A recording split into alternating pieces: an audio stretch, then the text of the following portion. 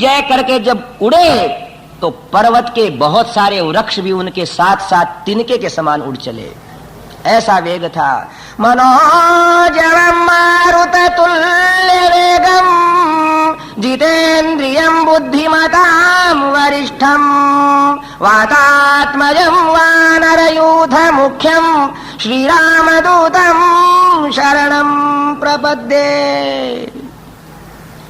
देवता लोग पुष्पों से वृष्टि कर रहे हैं और वो जितने भी पेड़ पौधे हैं वो थोड़ी दूर गए, ऐसे गए जैसे अपने बंधुओं को पहुंचाने के लिए लोग रेलवे स्टेशन तक जाते हैं, फिर वापस गिर गए। उनके पुष्पों से समुद्र ऐसा दिखने लगा कि मानो जैसे समुद्र में तारे हो गए हों। बोले उनकी आंखें कैसी लग रही हैं, जैसे पर्वत के अंदर कोई गेरू कोई है जो सूर्य और चंद्रमा उदय हो रहे हैं। पूंछ कैसी लग रही है कि जैसे सूर्य के चारों तरफ वो उसका जो कुंडल बनता है, चक्र बनता है, वैसे जिधर जिधर से जाते समुद्र नीचे से हिल जाता। अब एकदम एक मैनाक नाम का पर्वत रहता था, उससे समुद्र ने कहा कि जब इंद्रदेव ने पर्वतों के पक्ष काटे तो तू मेरे अंदर आकर गिर गया। बोले आपके अंदर गिर गया। उस समय पवन तुम्हारे अनुकूल चली, ध्यान दें हो, और मैंने तुम्हें स्थान दिया। तेरे ऊपर किस किस का उपकार है? बोले आपका उपकार है और पवन देव का उपकार है। बोले समझता तो है रे मैनाक तू। अब देख, मैं समुद्र हूं न, ये सगर के बेटों के द्वारा बढ़ाया हुआ हूं और सगर के ही वंश में राम जी पैदा हुए हैं, तो मेरे लिए राम जी का स्वागत करना जरूरी है, क्योंकि इनके पूर्वजों ने मेरा रूप बढ़ाया था और तेरे को पवन देव ने बचाया था। ये पवन के पुत्र हैं, अतः तेरा भी काम है कि इनकी तू सेवा करे। बोले क्या करूं? इनको विश्राम के लिए जगह दे। भगवान के दूत जहां जाते हैं वहां विश्राम स्थल भी मिलता है। उठा मेनाक, हनुमान जी ने तथा विघ्न है, छाती की टक्कर दी, शिखर गिरने लगे। उसने कहा अरे भाई, कृते तो प्रति कर्तव्यम एष धर्म सनातन है। हे हनुमान, जिससे हमने उपकार प्राप्त किया है उसका उपकार करने को ही सनातन धर्म कहते हैं। खाली धन्यवाद देना कोई सनातन धर्म नहीं है। अपनी अगर किसी ने सेवा की है तो उसकी वापस सेवा करो। हनुमान आप पवन के पुत्र हो, इसलिए मेरे पर विश्राम करो। हनुमान ते ही परसा करे पुण्य की नौ प्रणाम, राम काज करिबे बिना मोहि कहाँ विश्राम। स्पर्श कर दिया हाथ से। जिमि अमोघ रघुपति करबाना, यही भांति चले हनुमाना। भगवान राम के अमोघ वाण के समान जाए जा रहे हैं। तो क्या कहते हैं कवीश्वर वाल्मीकि कि पहले तो साहस है उनमें कि उड़ गए, नहीं तो जिनका साहस नहीं होता है उनको देखो कोई रास्ता उल्लंघना हो तो वो यूं मन करते हैं वापस पांव इधर। साहस है, विचार भी है, इसको राजी कर दिया मैनाक को। तब सुरसा नाम की नागों की मां थी, उससे कहा नाग देवता नागलोक के लोगों ने कि इनकी बुद्धि की सूक्ष्मता देखो। अब वो सुरसा आकर के वहां खड़ी हो गई, बड़ा मुख किया उसने और कहा कि जो इधर से जाएगा वो मेरा आहार होगा। ब्रह्मा जी ने मुझे ऐसा कहा। राम राम राम राम। एक देवी, अभी तो मेरे को एक पर्वत विश्राम देने को आया। राम जी के सेवक हर जगह मिलते हैं, तुम भी राम जी की सहायता करो, मैं खबर लेकर के तुम्हारे मुंह में चला आऊंगा। नहीं नहीं, विधाता ने मेरे को वरदान दिया है। मम भक्ष्य है प्रदिष्टस्त्वम ईश्वर इर्वानरर्षभ, अहम त्वाम भक्षयिष्यामि प्रविषेदम ममाननम। मेरे मुंह में तो तेरे को जाना ही पड़ेगा, ले खा मेरे को। ऐसा कह करके जब 10 योजन के हनुमान जी हुए तब उसका मुख भी 10 योजन का था।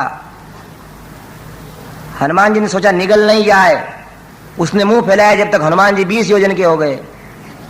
उसने फिर मुंह फैलाया जब तक हनुमान जी 30 योजन के हो गए, 40, 50। जस जस सुरसा बदन बढ़ावा, तासु दुगुन कपि रूप दिखावा। शतयोजन ते ही आनन कीन्हा अति लघु रूप पवन सुत लीना। अब हनुमान जी ने सोचा कि ऐसे बढ़ने वाले आदमी के पास छोटे बाप का बनने में फायदा है। ये उपदेश है हनुमान जी का कि जिसको तुम निस्सीम समझ लो, जिसका कोई था नहीं है, उसके सामने छोटे बनकर के जीत सकते हो। हनुमान जी देखो छोटे बाप का बनना स्वीकार कर रहे हैं। यहां सोचते कोई विशाल देवी है, नहीं तो ऐसा मुंह हो नहीं सकता। अब कोई कहते हैं जब सुयोजन मुख भी हो गया तो एक तो उधर लंका के पास होगा होठ और एक इधर समुद्र के पास होगा। है वो आकाश में बातें हो रही थी, ऊपर अंतरिक्ष में।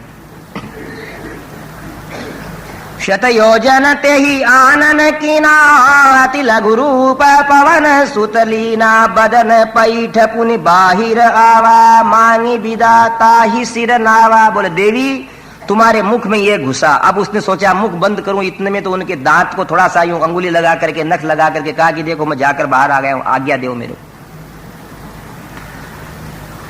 तब सुरसा कहती है कि हे वीर, तू वीर शूर भी है, उत्साही भी है और बुद्धिमान भी है। बुद्धिहीन तनु जान के सुमिरहु पवन कुमार। बल बुद्धि विद्या देहु मोहि हरहु कलेश विकार। अकेला बल ही नहीं, सोच विचार दूरदृष्टि देश काल सबका ज्ञान है।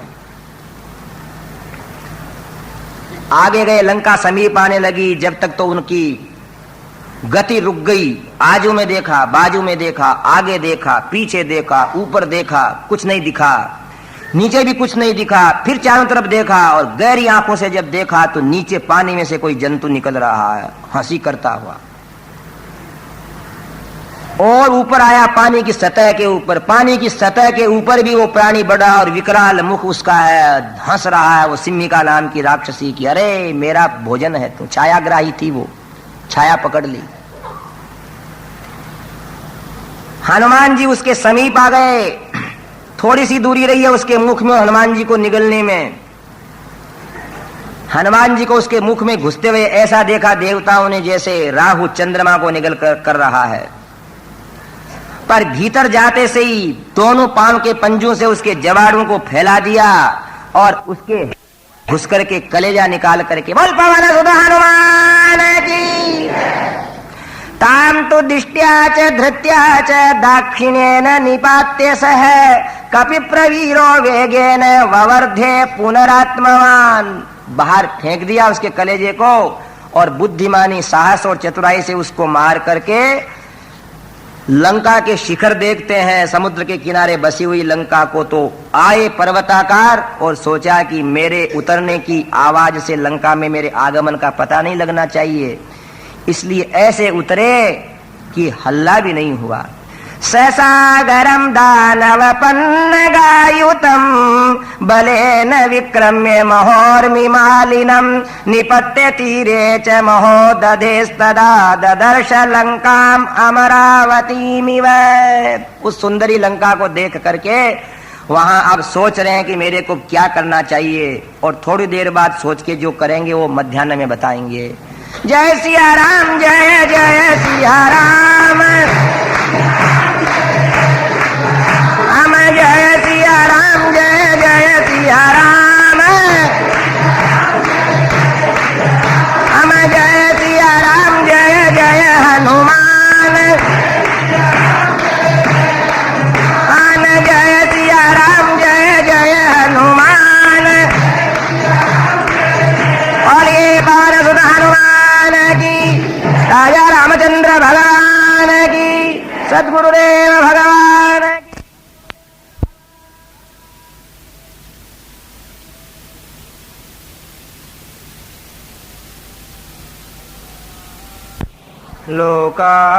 लोकाभिरामं रणरंगधीरं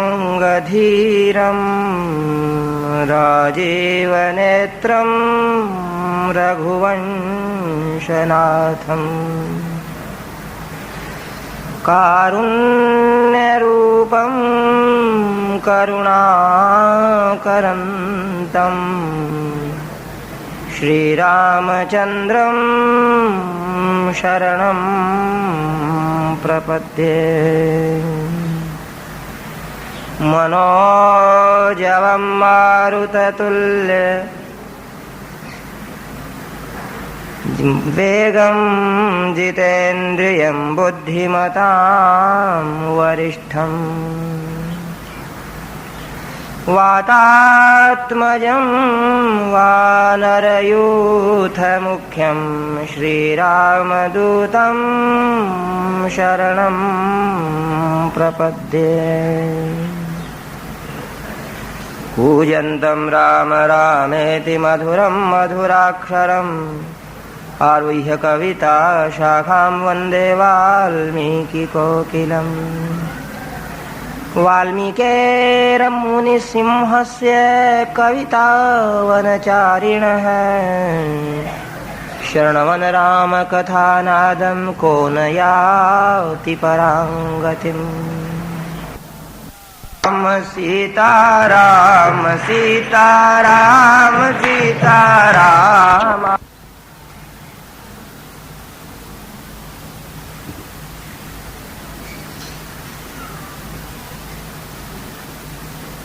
भगवान राम और सीता के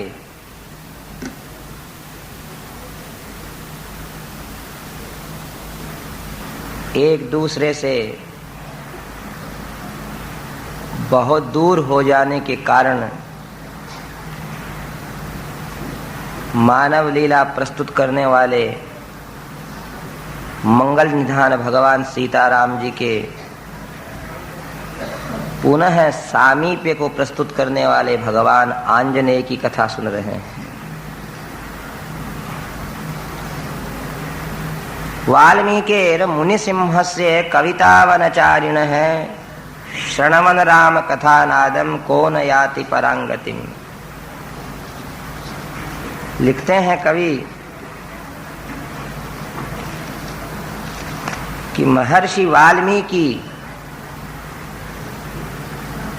जो कि कवि केशरी हैं, कवि नहीं कवियों में सिंह हैं। कहीं इनकी मधुर कविता का प्रवाह होता है तो कहीं उद्दाम वीर रस जहां फूट पड़ता है ऐसी गर्जनाएं सुनाई देती हैं। वाल्मीकिर मुनिसिंहस्य कवितावनचारिणः, कविता रूपी अरण्य के अंदर भ्रमण करने वाले वाल्मीकि रूपी सिंह की वाणी सुन करके शृण्वन् राम कथानादं को न याति परां गतिम्। उस राम कथा का नाद सुन करके कौन सामान्य कामादिक विकार नष्ट नहीं होते। ऐसे कविकुल शिरोमणि आदि कवि भगवान वाल्मीकि के परम ग्रंथ का कुश और लव के द्वारा गाया हुआ ये चरित्र सुन रहे हैं। देखो आज 8वें दिन का यह अपराह्न की कथा का भाग है। भगवान परम निधान मंगल भवन अमंगलहारी दशरथ नंदन दशरथ अजर बिहारी यमुना तट संचारी आपद विदारी भव भयहारी मंगलकारी भगवान अवध बिहारी की परम कृपा से ये मिला है हो।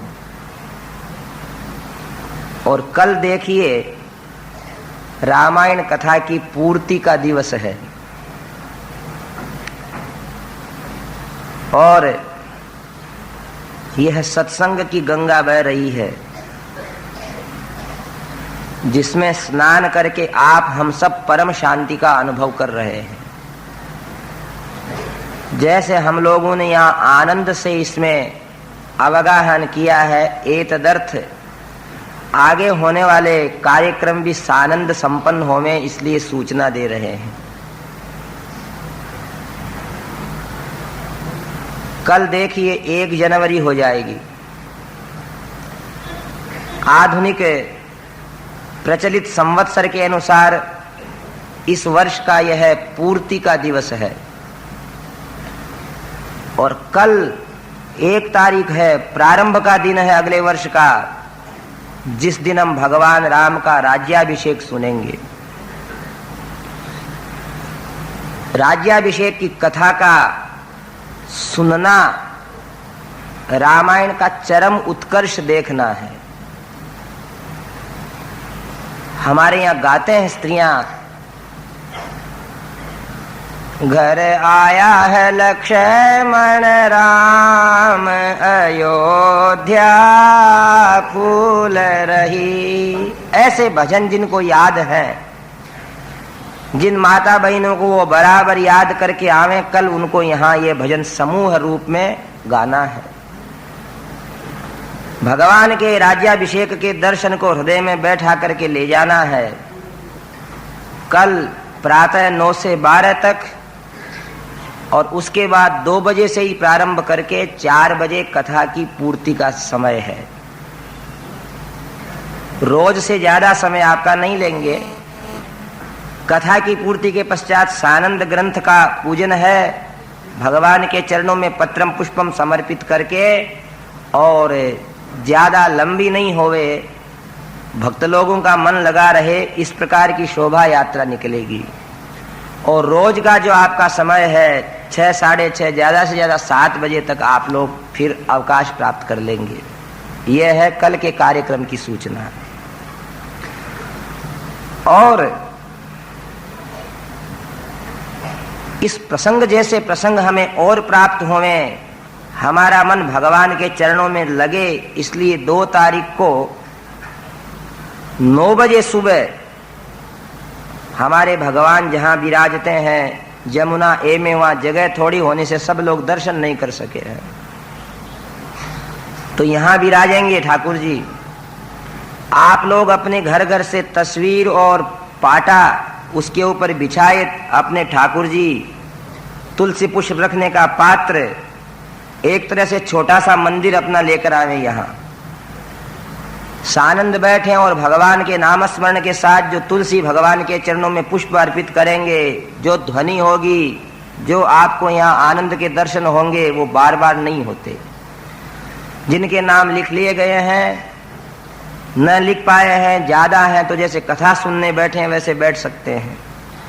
आयोजकों को चाहिए कि और वस्तु अधिक और कम भी सहन हो जाती है, पर तुलसी और पुष्प बहुत सारे मंगा लें। बंबई में तुलसी बहुत मिलती है, कमी भी नहीं है।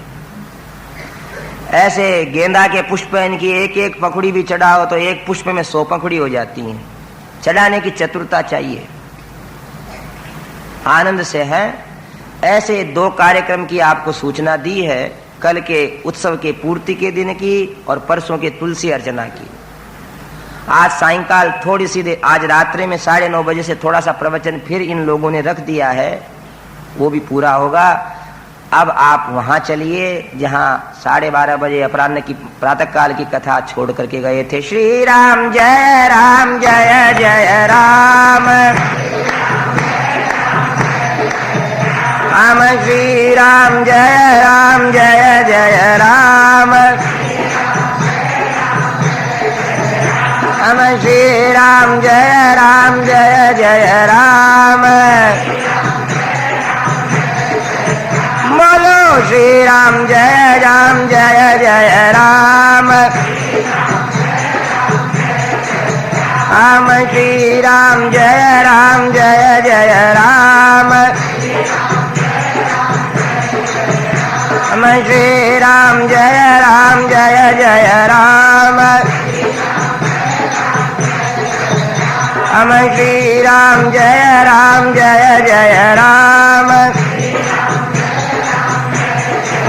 राम श्री राम जय हनुमान, अन संकट मोचन कृपा निधान, अन जय सिया राम जय जय हनुमान,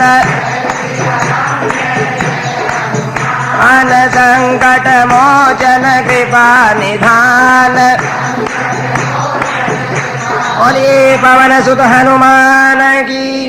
काय वृद्धिं प्रवेगञ्च मम दष्ट्वैव राक्षसः, मयि कौतूहलं कुर्युरिति मेने महामतिः। महाबुद्धि संपन्न हनुमान जी महाराज।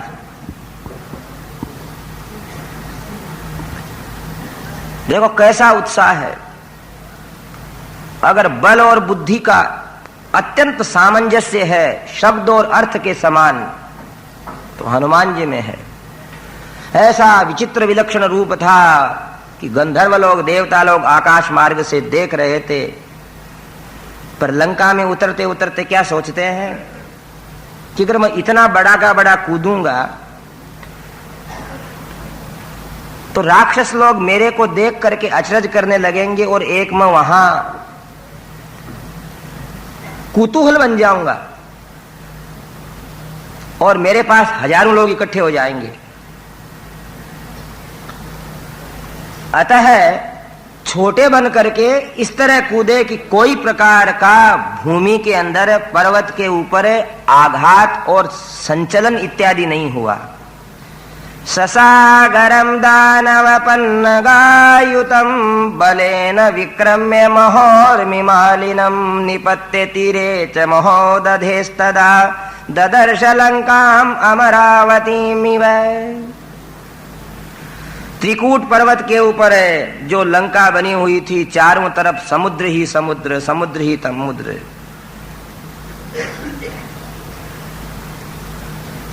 उधर समुद्र को जिसको उल्लंघ करके आए, उस समुद्र को देख करके हनुमान जी सोचते हैं कि ये 100 योजन समुद्र क्या है मेरे लिए, मैं तो इसके जैसे लाखों समुद्र कूद जाऊं। सज्जनों, एक कहीं ऐसी उक्ति चलती है कि हनुमान जी यूं उछले ना उस पर्वत से तो आंख बंद करके उछले और कूदे तो एक पर्वत पर कूदे। वहां के लोगों से पूछा ये कौन सी नगरी है, लंका है क्या? बोले नहीं साहब, लंका नहीं है ये। बोले कौन सी नगरी है? बोले ये लंका तो यहां से 100 योजन पीछे रह गई, ये आगे की नगरी है। तो उनने कहा वापिस कूदूं? बोले वापिस कूदोगे तो आप भारत पहुंच जाओगे। उनने कहा क्यों? बोले आपकी छोटी सी छलांग भी 100 योजन से कम नहीं होती। बोलिए बाबा ने सुना हनुमान की। बोले जब फिर क्या करूं? बोले आप उल्टे कूदो यहां से तो थोड़े कम कूदोगे, लंका पहुंच जाओगे। तो उल्टे कूदे तो लंका पहुंचे। ऐसे हनुमान जी अपने किए हुए इस विक्रम के ऊपर आश्चर्य नहीं कर रहे हैं। शतान्य हम योजना नाम क्रमेयम शुभहुन्यपि किम पुनः सागरस्यांतम संख्यातम शतयोजनम। ऐसे 100 योजन के मैं बहुत से समुद्र लांघ सकता हूं। सारी लंका के सौंदर्य को देखा, उसको स्पर्श करने वाले ये भवन है। इमाम त्वविषमाम लंकाम दुर्गाम रावण पालिताम प्राप्यापि सुमहाबाहु किं करिष्यति राघवः। अरे ऐसी लंका के अंदर भगवान राम और लक्ष्मण भी आकर के किस प्रकार युद्ध करेंगे, समझ में नहीं आ रहा है। मैं वालीपुत्र अंगद, नील और महाराज सुग्रीव के अतिरिक्त कोई यहां आ भी नहीं सकता। अब क्या करना चाहिए मुझे? दूसरा काम करना मेरे लिए ठीक नहीं है। युद्ध हो जाए, राक्षसों से लड़ाई हो जाए, उतावली नहीं करना चाहिए मुझे। अगर मैं इस प्रकार लंका के अंदर जाऊंगा तो मेरे कोई राक्षस लोग पकड़ लेंगे। यहां कोई नहीं जा सकता, सोच रहे हैं और कह रहे हैं कि यहां वायु भी नहीं जा सकती अपने आप, हवा भी नहीं प्रवेश करती बिना आज्ञा के। तदहम स्वेन रूपेण रजन्याम ह्रस्वतांगतः लंकाम अभिपतिष्यामि राघवस्यार्थ सिद्धये। अतः मैं भगवान का कार्य करने के लिए सायंकाल के समय, रात्रि के समय इसी रूप को छोटा बना करके मैं अंदर जाऊंगा। मुद्रिका भगवान राम ने इन्हीं को दी है, इन्हीं पर विश्वास था इसलिए आए हैं। लोग कहते हैं कि इतने बड़े हुए और ये तो मुंदड़ी कहाँ रखी। गोस्वामी जी ने लिख दिया है, प्रभु मुद्रिका मेली मुख माही जलधि लांघि गए अचरज नाही। और भाई जो बुद्धिमानों में श्रेष्ठ है वो कैसे भी मुंदड़ी को रख लेगा? ये कोई शंकाएं हैं क्या? मुंदड़ी कहाँ रखी? फिर तो कोई पूछेगा उनका दुपट्टा भी छोटा पड़ गया होगा, फिर कैसे बांधा उसको है। विशालता का वर्णन है, उनकी शक्ति का वर्णन है। जब सूर्य अस्त हो गए, सूर्ये चास्तं गते रात्रौ देहं संक्षिप्य मारुति वृषदंशक मात्रोथ बभुवाद्भुत दर्शन है।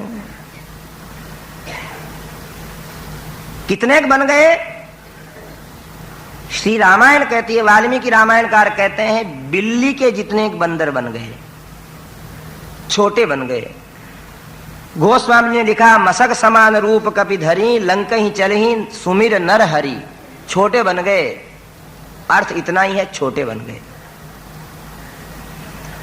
गोस्वामी जी यहाँ सुंदर वर्णन करते हैं, लंका नगरी निशाचरों का निवास है। वो निशाचर भी ऐसे जो मरने के लिए तैयार, बड़े बड़े युद्ध किए हुए, जिनने सारे लोकपालों को हरा दिया, ऐसे राक्षस राज रावण की सेना, ऐसे बेटे उनके जिसके ऊपर बड़ा अहंकार था रावण को। मेघनाथ से पुत्र हमारे कुंभकर्ण बल भाई, वो लंका जैसी नगरी हमारी, ऐसे वो समुद्र जहां पर खाई, गढ़ लंका माई आई सवारी राजा राम। लंका जैसी नगरी, समुद्र की खाई, मेघनाथ कुंभकर्ण जैसे वीर, ऐसी उस लंका में प्रवेश करने के लिए हनुमान जी महाराज ने सोचा कि विघ्नों से खाली नहीं है। और देखिए जीवन भी विघ्नों से खाली नहीं है। शांति से सुने हो तो क्या करें?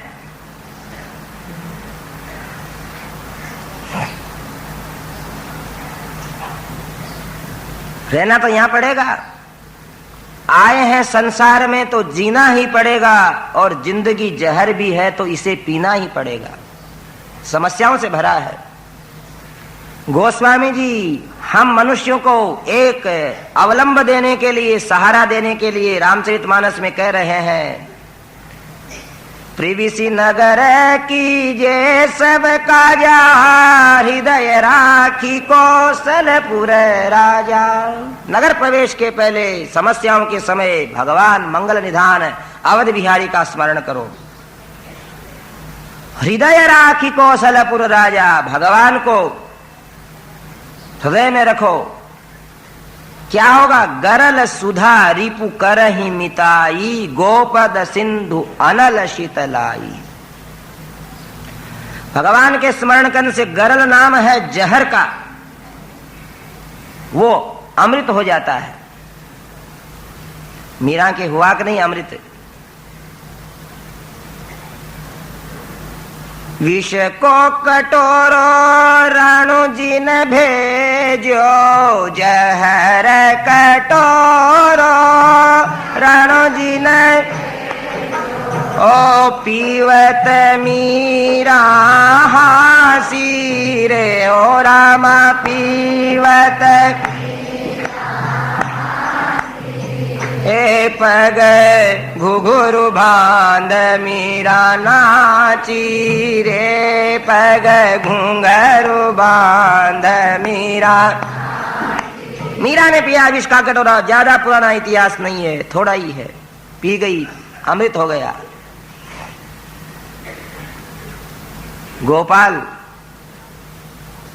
गोपाल को हर श्वास में बसाया था उसने। ऐसे ही कह रहे हैं गोस्वामी जी की जहर आपके लिए अमृत हो जाएगा, अनल आग जल बन जाएगी, और समुद्र भी गाय के खुर के समान छोटा हो जाएगा। सब समस्याओं का अंत है भगवत स्मरण। मत निकलो अपने घर से बिना भगवान को याद किए। आपने मदन मोहन मालवीय जी का नाम सुना होगा, जिनने बनारस के अंदर हिंदू विश्वविद्यालय का निर्माण किया। MMM मदन मोहन मालवीय। गांधी जी कहते थे मनी मेकर मशीन। चंदा लेने के लिए गए हिंदू विश्वविद्यालय के लिए, तो कहीं से लौट करके नहीं आए, खाली हैदराबाद के नवाब के पास गए तो उन्होंने कहा हिंदू विश्वविद्यालय में हमारे को क्या जरूरत, अपना जूता फेंक दिया उनकी तरफ, उठा के ले गए। नवाब ने पूछा ये क्या करेगा आप? बोले ये वहां दिखाएगा कि हैदराबाद के नवाब ने जूता दिया इनाम में। अरे बोले इसको वापस भेजो, वापस बुलाओ। मालवी जी ने कहा कहो महाराज क्या बात है? बोले हमारा जूता वापस दे दो। बोले 10 लाख रुपए लगेंगे। ऐसे महापुरुष थे। जब किसी ने उनसे पूछा कि मालवी जी आपकी सिद्धि का क्या कारण है, तो कहा कि मैं मेरे घर से निकलने के पहले, थली उलांघने के पहले ही 5 बार नारायण नारायण नारायण नारायण नारायण बोलता हूं। बोलिए श्रीमन नारायण भगवान की। और मेरा कोई काम रुकता नहीं। इसलिए हम जहां जहां विफल होते हैं, जहां जहां दुख देखते हैं, जहां समस्याएं हैं, जहां आ गए समस्या में, चारों तरफ हमें दुख ही दुख दिख रहा है, दुख ही नहीं दुख का पारावार लहरा रहा हो और हम निराधार होकर के इसमें डूबने जैसी स्थिति में हो, तहां भी भगवान रक्षा करता है। उसका सहारा ले। ये गोस्वामी जी हमें बता रहे हैं कि गरल सुधारी पुकरहि मिताई, गोपद सिंधु अनल सितलाई। तुम क्यों अकेले हो? सर्वेश्वर तुम्हारा रक्षक है। देखो 2 पक्षी थे, ध्यान से सुनना मनुष्य की क्या स्थिति है। सब समस्याओं में जी रहे हैं इस समय भी और पहले भी। उन पक्षियों का नाम था पिपरा और पिपरी। एक वन के अंदर वृक्ष की शाखा के ऊपर बैठे थे, चहचहाट कर रहे थे, सुंदर पवन प्रवाहित हो रही थी, पुष्प लगे हुए थे, नदी नीचे बह रही है, आनंद से जी रहे हैं। संसार चमन अमन लग रहा है उनको। पर ऐसे ही चलते संसार में भैया कब क्या हो जाए पता नहीं। ऊपर से वो शिकारी पक्षी की साय साय की ध्वनि सुनाई दी और पक्षियों का कलेजा हिल गया। कलेजे हिलने वाली बातें सुनने को मिलती हैं हम लोगों को, आप लोगों को, सबको। क्या हो गया? नीचे उतरने के लिए उन पक्षियों ने देखा तो एक धनुष के ऊपर बाण चढ़ाए हुए शिकारी तैयार खड़ा है। ऊपर मौत और नीचे मौत। ऐसे मनुष्य को कहीं कोई आजू बाजू में सहारा नहीं दिखता, आगे पीछे कोई अवलंब नहीं दिखता। जिधर देखता है जिधर समस्याओं की खाइयां और दुखों के कुएं खुदे हुए दिखते हैं। क्या करे? उस समय दोनों ने निर्णय किया कि उसका सहारा ले। उसे मारने वाला हमने जग में नहीं निहारा रे, जंगल में जिसके परम पिता रखवारा। भगवान रक्षक है, उसको कौन मारेगा? दोनों निर्णय करते हैं, पिपरा पिपरी पिव को सिमरो, पिपरा पिपरी पिव को सिमरो, सिमरो हरिकंत गयो नहीं मर रे, ऊपर बाज सचान रहो तल तान कबान रहो शर रे, पिपरा पिपरी पिव को सिमरो। प्रभु का स्मरण करो। जब जब हमारी नैया डोलती है, भ्रमर में कूद पड़ती है नैया, डगमगाती है, तब ईश्वर का स्मरण करो। वो कैसे बचाते हैं जो सुनो। ध्यान से सुनना इस दोहे को। पिपरा पिपरी पिव को सिमरो, सिमरो हरि कंत गयो नहीं मर रे, ऊपर बाज सचान रहो तल तान कबान रहो सर रे, काल कुकाल भुजंग डस्यो जब, काल कुकाल काल कुकाल भुजंग डस्यो जब, बाज के जाए लगो सर रे, जिनके रिछ पाल गोपाल धनी, तिनको बल भद्र कहाँ डर रे, जिनके रिछ पाल गोपाल धनी, तिनको बल भद्र कहाँ डर रे। भगवान ने सुनी पुकार और उस सांप को आज्ञा दी। सांप बिल में से निकल करके उस शिकारी को काटता है। काटते से ही निशान चूका और बाज के लग गया बाण है। पिपरा पिपरी पिव को सिमरो हरिकंत गयो नहीं मर रे। ऊपर बाजे सचान रहो तल ताणक बान रहो सर रे। काल कुकाल भुजंग डस्यो जब बाज के जाय लगो सर रे। जिनके रिछ पाल गोपाल धनी तिन को बल भद्र कहाँ डर रे। तिन को बल भद्र कहाँ डर रे। बोले श्रीमन नारायण भगवान। भगवान रक्षक हैं। हनुमान चालीसा सुंदरकांड ऐसा पढ़ो कि उसकी बात हमारे जीवन में आ जावे। घर से बंबई में रहते हो, पग पग पर यहां मौत नजर आती है। आपके लाडले लाल स्कूल जाते हैं, आपके घर वाले जाते हैं धंधे के लिए, आधा घंटा देर से आते हैं, हृदय कंप जाता है। सब अमन चमन संसार के अंदर रोज चिंताएं सताती हैं। इसका एक ही उपाय है कि प्रिबिसी नगर कीजिए सब काजा, हृदय राखी कौशलपुर राजा। भगवान को याद करके निकलो। मंगलम भगवान विष्णु मंगलम गरुड़ध्वज है, मंगलम पुंडरीकाक्षो मंगलायतनम हरि। श्री राम जय राम बोल करके चलो, जिससे कहीं ठोकर भी नहीं लगे। हम भूल जाते हैं, इसका मतलब विपत्ति आती है, और नहीं भूलते हैं, इसका मतलब विपत्ति से पार पा जाएंगे। भगवान हनुमान अब प्रस्थान करने के लिए भगवान का स्मरण करके छोटा सा रूप बनाया। परकोटे को देखा और देखा उछल करके चढ़ जाऊं।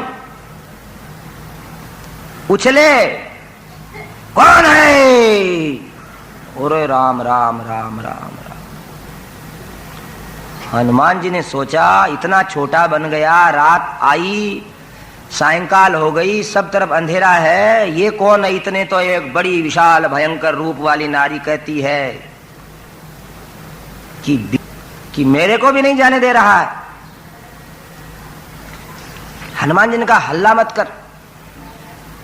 कस्त्वं केन च कार्येण इह प्राप्तो वनालय कथयस्वेह यत्तत्वं यावत् प्राणाधरन्ति ते।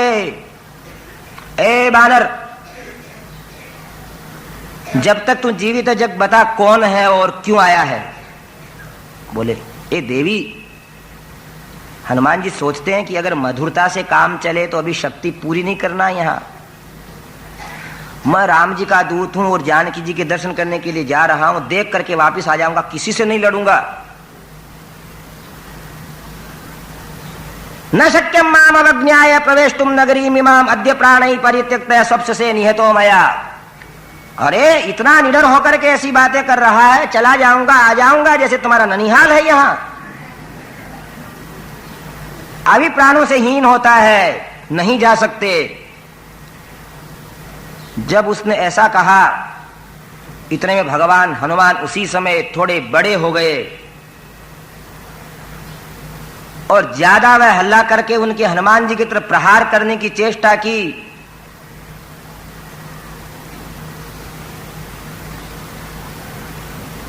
सोचा क्या करें।